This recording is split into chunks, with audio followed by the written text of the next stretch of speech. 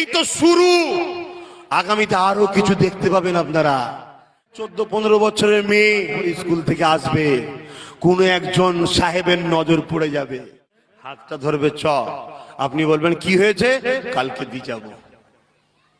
ভাষা খারাপ লাগলো, আগামী 5 বছরের মধ্যে এই কথাটা মিলিয়ে নেবেন।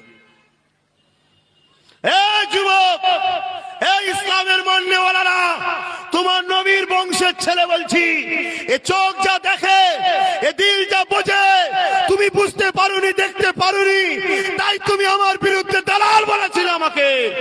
আজ তোমাকে তোমার মালিক দেখাচ্ছে একটা একটা করে, আগামীতে আরো দেখবে। এর সমাধান কি আছে বলো? হ্যাঁ, এর সমাধান আছে, এর সমাধান আছে। নেই কে বলেছে সমাধান আছে?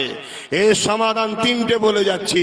প্রথম নম্বর হলো, প্রত্যেকটা বাপকে, প্রত্যেকটা ভাইকে, তার স্ত্রী, তার মেয়েকে হিজাবের মধ্যে আনতে হবে। সর্বপ্রথম রাসূলের সুন্নাত অনুযায়ী, জীবন আদর্শ, আল্লাহর হুকুম অনুযায়ী প্রত্যেকটাকে আনতে হবে। 1 নম্বর সমাধান।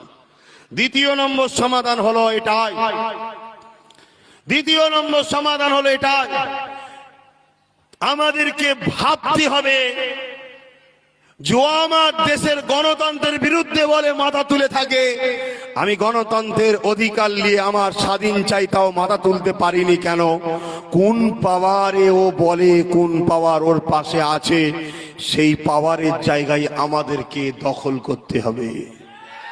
3 নম্বর কথা হলো এটাই, সমাজে মুসলমানদের নেতৃত্ব বা লিডার দিবার অভাব নেই।